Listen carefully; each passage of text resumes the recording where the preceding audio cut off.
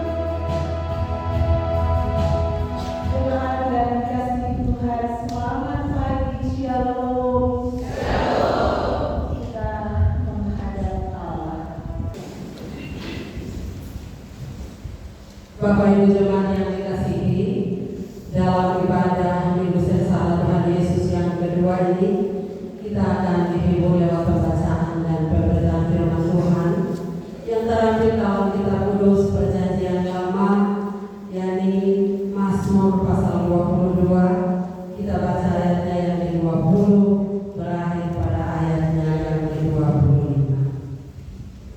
Namun sebelum kita mendengar dan membaca firman Tuhan ini, mari kita berdoa. Ya Allah, ya Tuhan kami, dalam ibadah Minggu Sengsara Tuhan Yesus yang kedua ini, selaku anak-anak-Mu, kami rindu untuk membaca Alkitab dan mendengarkan firman-Mu. Untuk itu kami mohon dengan kerendahan hati, urapilah kami dengan kuasa Roh Kudus, agar kami mampu untuk membaca, memahami, dan melaksanakannya dalam seluruh kehidupan kami. Berfirmanlah kepada kami ya Tuhan, kami siap untuk mendengarkannya. Amin. Sekali lagi bacaan kita Mazmur 22. Kita baca ayatnya yang ke-20 berakhir pada ayatnya yang ke-25 yang berbunyi, Allahku, mengapa kau tinggalkan aku? Tetapi Engkau, Tuhan, janganlah jauh. Ya kekuatanku, segeralah menolong aku. Lepaskanlah aku dari pedang dan nyawaku dari cengkraman anjing. Selamatkanlah aku dari mulut singa dan dari tanduk benteng. Engkau telah menjawab aku. Aku akan memasukkan namamu kepada saudara-saudaraku dan memuji-muji Engkau di tengah-tengah jemaat. Kamu yang takut akan Tuhan, pujilah Dia. Hai segenap anak cucu Yakub, muliakanlah Dia dan rindukanlah terhadap Dia. Hai segenap anak cucu Israel, sebab Dia tidak memandang hina ataupun merasa jijik kesengsaraan orang yang tertindas, dan Ia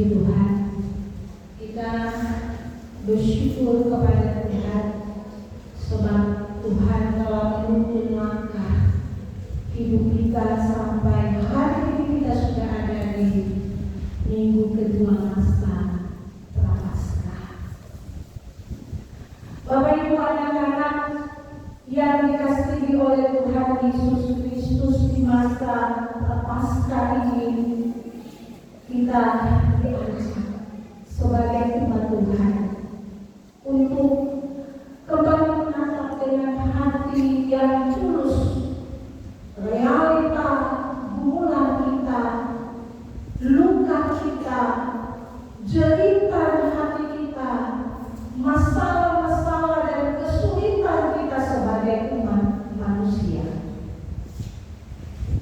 Artinya di masa Paskah ini kita bukan sekedar mengingat tentang penderitaan Yesus saja, tapi juga di masa Paskah ini kita diajak untuk memaknai bahwa dalam perjalanan iman kita, penderitaan itu bukanlah sesuatu yang asing. Atau dengan kata lain, dapat kita katakan bahwa penderitaan itu bukanlah sebuah pilihan, melainkan suatu keniscayaan. Keniscayaan itu berarti pasti terjadi. Itu berarti bahwa penderitaan itu pasti terjadi dalam kehidupan kita sebagai umat manusia, karena itu tidak bisa dilepaskan dari perjalanan iman kita di dunia ini. Oleh sebab itu, Bapak Ibu anak-anak yang dikasihi oleh Tuhan Yesus, kita tidak perlu kaget. Kita pun juga tidak perlu takut jika diperhadapkan dengan penderitaan. Kalau kita menatap kembali 7 minggu sengsara, 4 minggu Adventus, mana yang lebih banyak? Minggu sengsara yang lebih banyak. Dan kesengsaraan yang dialami oleh Yesus itu lebih banyak daripada kebahagiaan sukacita yang dialami oleh Yesus. Yesus saja mengalami begitu banyak penderitaan dengan kuasanya yang begitu besar, dengan karyanya yang begitu agung. Apalagi kita umat manusia tidak akan pernah lepas dari penderitaan. Justru di sana, di tengah-tengah penderitaan, di tengah-tengah kesengsaraan, seringkali iman kita diuji, harapan kita ditapis, dan ketergantungan kita kepada Allah disucikan, dimurnikan oleh Allah. Iman ulangan kita menegaskan bahwa anugerah Allah memanggil kita untuk hidup sebagai umat pilihan. Itu berarti bahwa menjadi umat pilihan bukan berarti kita bebas dari masalah. Menjadi umat pilihan Tuhan bukan berarti tidak pernah jatuh dalam kesesatan. Sebaliknya, menjadi umat pilihan berarti kita siap untuk ditapis, kita siap untuk dimurnikan, kita siap untuk disucikan dalam relasi kita yang dekat dengan Allah. Relasi yang kemudian membuat kita kuat, relasi yang membuat kita tidak goyah, relasi yang membuat kita berani untuk berteriak minta tolong kepada Tuhan, berseru kepada Tuhan,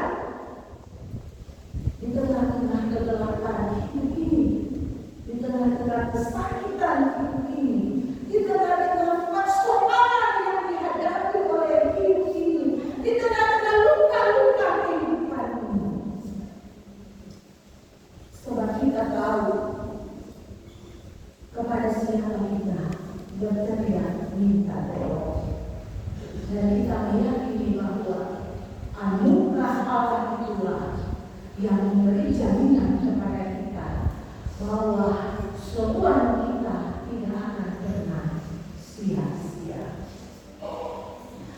Bapak Ibu anak-anak yang dikasihi oleh Tuhan Yesus, tema mingguan kita di minggu ini meneguhkan hati kita bahwa Tuhan menjawab setiap umat yang berteriak minta tolong kepadanya. Berteriak minta tolong bukanlah ungkapan hati, sekedar doa, ucapan-ucapan yang keluar dari bibir mulut kita sebagai umat Tuhan. Berteriak minta tolong itu bukan ungkapan hati yang keluar dari bibir mulut menyampaikan kata-kata pujian, tetapi cerita iman yang tumbuh di hati kita sebagai umat Tuhan, yang kita bawa kepada Tuhan, yang kita yakini adalah satu-satunya tempat perlindungan kita. Kemarin dalam kita lihat tubuh kusbuk kita dikuatkan oleh firman Tuhan. Bahkan minggu Prapaskah yang pertama kita dikuatkan oleh firman Tuhan bahwa Tuhan itu adalah tempat perlindungan, bukit batu, pembuat tahanan. Tuhan itu penyelamat, Tuhan itu penyembuh, Tuhan itu perisai, tandu keselamatan dan kota benteng kehidupan kita. Dia kuat dalam kehidupan kita sebagai umat yang percaya kepada-Nya. Bacaan kita hari ini pun memperlihatkan menunjukkan betapa besarnya kuasa Allah dalam kehidupan kita, menolong kita, menuntun kita, memegang tangan kita sampai kita bisa ada di minggu kedua masa Prapaskah ini. Waktu berjalan sungguh cepat. Kita di bulan-bulan kemarin merayakan Tahun Suci, Tahun Baru, dan saat ini kita sudah ada di masa Prapaskah. Di dalam perjalanan waktu yang begitu cepat, Tuhan tidak terlambat untuk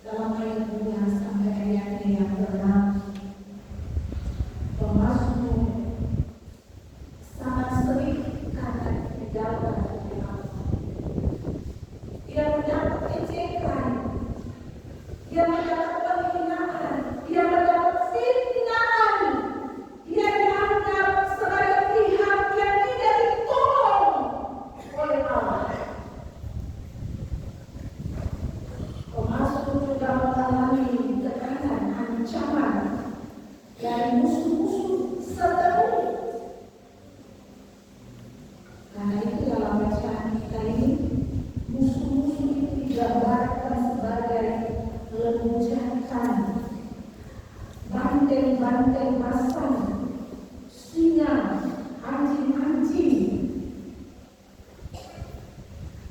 Penggambar ini mau menunjukkan bahwa pemasukan sementara ditekan dan nyawanya terancam.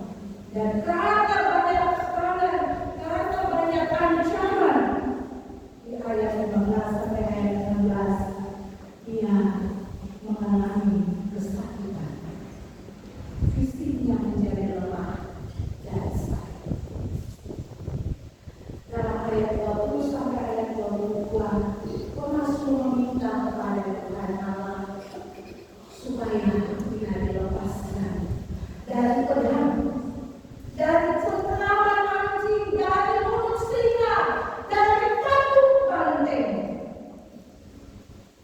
Dalam konteks perjanjian lama sebagai anak-anak yang dikasihi oleh Tuhan Yesus, pedang berarti ancaman yang mematikan. Simbol paling jelas dari eksekusi, pembunuhan. Pedang adalah kekuatan yang besar. Dan ketika pemazmur mengatakan, lepaskanlah aku dari pedang, itu berarti yang meminta untuk melepaskan dirinya dari bahaya kematian yang sudah semakin dekat. Demikian juga dia berteriak minta tolong untuk melepaskan dirinya dari cengkraman anjing, mulut singa, tanduk banteng, yang dalam budaya Ibrani ini adalah simbol kekuatan besar yang siap untuk menanduk, siap untuk menerkam, siap untuk melenyapkan, siap untuk menghancurkan. Dan semua ini adalah kekerasan, semua ini adalah serangan yang menyakitkan. Karena itu dia berteriak minta tolong dan kepada Allah. Bapak Ibu anak-anak yang dikasihi oleh Tuhan Yesus Kristus, menghadapi semua masalah, tantangan dan tantangan di atas yang sudah disampaikan tadi, pengharapan pemazmur hanya kepada Tuhan. Dia tidak pernah lelah dan dia selalu berteriak minta tolong kepada Tuhan dalam doa. Janganlah jauh Tuhan, sekarang tolong aku, lepaskanlah aku. Hal ini menunjukkan bahwa pemazmur telah sampai pada batas kemampuannya sebagai manusia. Sebelumnya dia bawa kepada Allah sebagai satu-satunya sumber keselamatan. Pemazmur menyatakan mana kepada Tuhan Allah yang diimaninya sebagai penolong. Ya, hanya Tuhan yang berkuasa untuk melepaskan manusia dari jerat maut. Jemaat yang dikasihi Tuhan, ayat-ayat ini juga menegaskan bahwa iman bukanlah ketiadaan penderitaan, melainkan keberanian untuk berteriak minta tolong kepada Tuhan di tengah-tengah ancaman yang membinasakan hidup kita sebagai umat manusia. Sebagai umat kita diajar untuk mengerjakan kekuatan Allah. Kita tidak bisa mengandalkan kekuatan sendiri, melainkan bersandar sepenuhnya kepada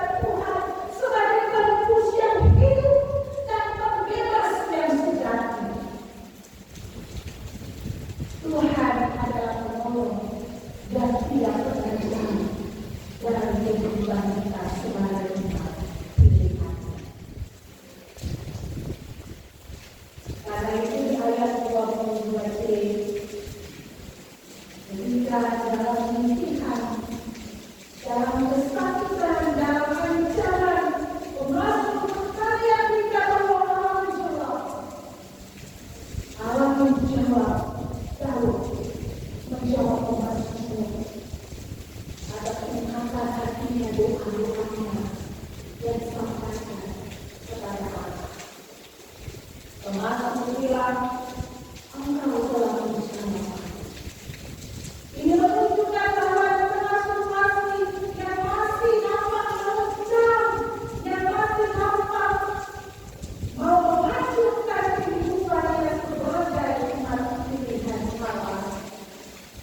Termasuk menantang sebuah kepastian jawaban Allah dengan iman bahwa Dia akan diselamatkan.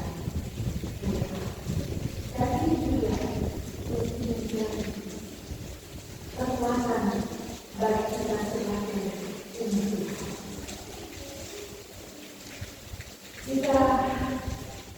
Kita tidak perlu berusaha, kita tidak perlu merasa lemah,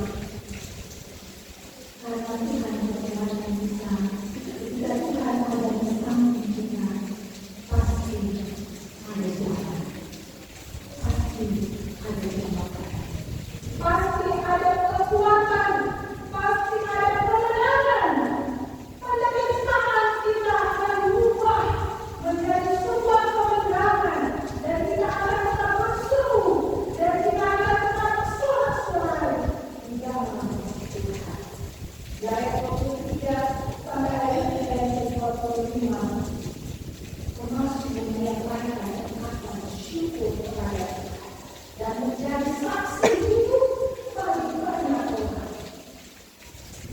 Kadang-kadang ketika kita diselamatkan oleh Tuhan, satu hal saja kita dengar. Kita bersaksi tentang keselamatan itu.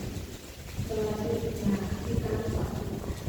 Kita tidak menjadi saksi hidup kepada Tuhan. Jawaban Tuhan kita, jawaban kita atas kebaikan Tuhan yang telah menyelamatkan kita. Kita mengambil untuk banyak dari kita. Kita tetap menjadi saksi bagi banyak orang. Termasuk dikatakan kamu akan menceritakan nama oleh Tuhan, menunjukkan nama-nama di bawah yang diselamatkan oleh Tuhan, tidak terhenti dalam pengalaman pribadinya sebagai orang yang berkorban kepada Tuhan, melainkan mengumumkan sebagai kesaksian iman di hadapan banyak orang yang percaya kepada Tuhan. Dalam Alkitab bukan sekedar seruan, tetapi mencerminkan karakter Tuhan, kuasa Tuhan, kesetiaan Tuhan yang besar. Karena itu Bapak Ibu saudara-saudara yang dikasihi oleh Tuhan, termasuk bersaksi tentang ujian tengah-tengah Tuhan Tuhan. Termasuk mengatakan siapa yang percaya kepada Tuhan harus memuji Tuhan, harus mengungkapkan imannya di hadapan Tuhan, mengatakan komunitas yang banyak itu. Walaupun kisah iman termasuk ini menjadi warisan iman dalam komunitas orang Israel kala itu, tapi ini juga menjadi pegangan bagi kita di saat ini sebagai anak cucu dari orang Israel untuk tetap berteriak menolong, berseru kepada Tuhan situasi-situasi sulit kita, dan ketika Tuhan mau menjawab doa-doa kita, bersyukurlah kepada Tuhan supaya ketika kita akan berjalan dengan iman ke depan, kita akan berhadapan lagi dengan persoalan. Tuhan tetap membuka jalan dan menuntun kita di jalan-jalan kebaikan. Tuhan menyelamatkan kehidupan kita sebagai hamba. Kesampingan dari kita semua memasuki minggu sebuah masa pasca ini sebagai gereja yang memaknai minggu suasana Tuhan Yesus, kita diajak untuk melihat satu kebenaran iman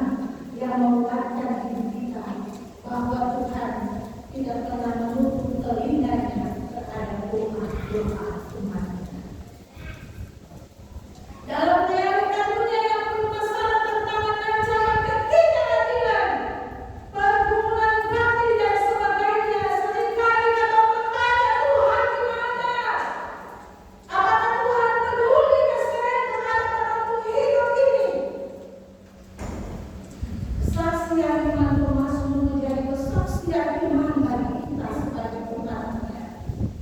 Bahwa doa-doa yang kita sampaikan kepada Tuhan, yang selama kalau Tuhan jawab, Dia adalah Allah yang dekat dengan kita umatnya. Berdoa dalam kejujuran dan kerendahan hati. Tentu begitu kalau saya terbuka jujur di hadapan Tuhan, mana mungkin Tuhan mau jawab doa karena Dia masih kita berhati. Sebab itu kesaksian ini di minggu kedua pasca Paskah ini mengingatkan kita untuk tidak berhenti berdoa kepada Tuhan. Andalkan Tuhan dan jangan biarkan apapun mematikan doa kita. Justru dalam penderitaan dan dalam masalah, doa itu menjadi nafas iman kita. Firman Tuhan katakan, tetaplah berdoa. Pertanyaan, sampai kapan? Sampai kapan belum berdoa? Sampai kalau melihat Tuhan menjawab. Tuhan menjawab dengan cara Tuhan. Tetaplah berdoa sampai kau mengerti apa yang sedang Tuhan kerjakan dalam dalammu kehidupan. Tetaplah berdoa. Sesulit apapun ini, kalau Tuhan ada, tapi kita tetap terang itu bercahaya dalam kehidupan kita. Sebagaimana yang disaksikan oleh Mazmur, ketika kita mendapatkan terang itu, keselamatan itu, kita pun harus menjadi saksi bagi sesama. Jadi kedua Paskah ini berdoa, mintalah terus menuntut kita, mintalah kuasa Tuhan menguatkan kita, dan mintalah kekuatan Tuhan menguatkan diri kita dalam akan hidup depan. Sebab berulang kali dikatakan, hidup kaki nanti kita tidak tahu apa yang terjadi.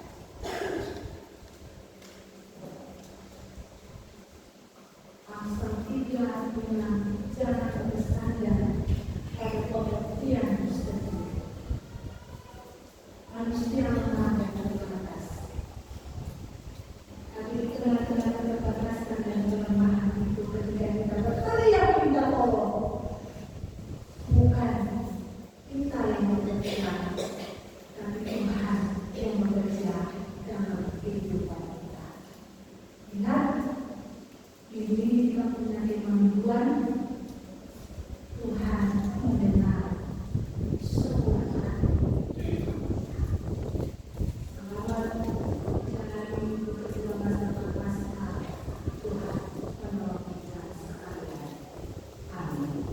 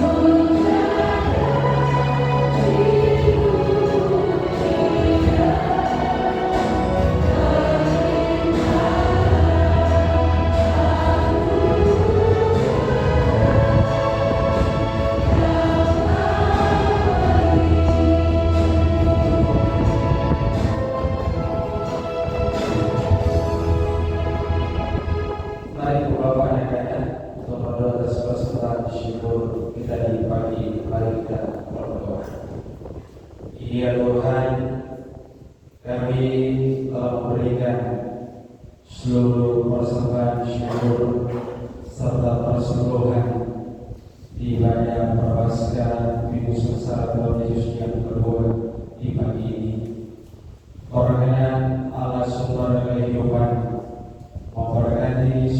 persembahan syukur kami dan berbagai menjadi berkat. Sukacita dan damai sejahtera yang berlimpah dalam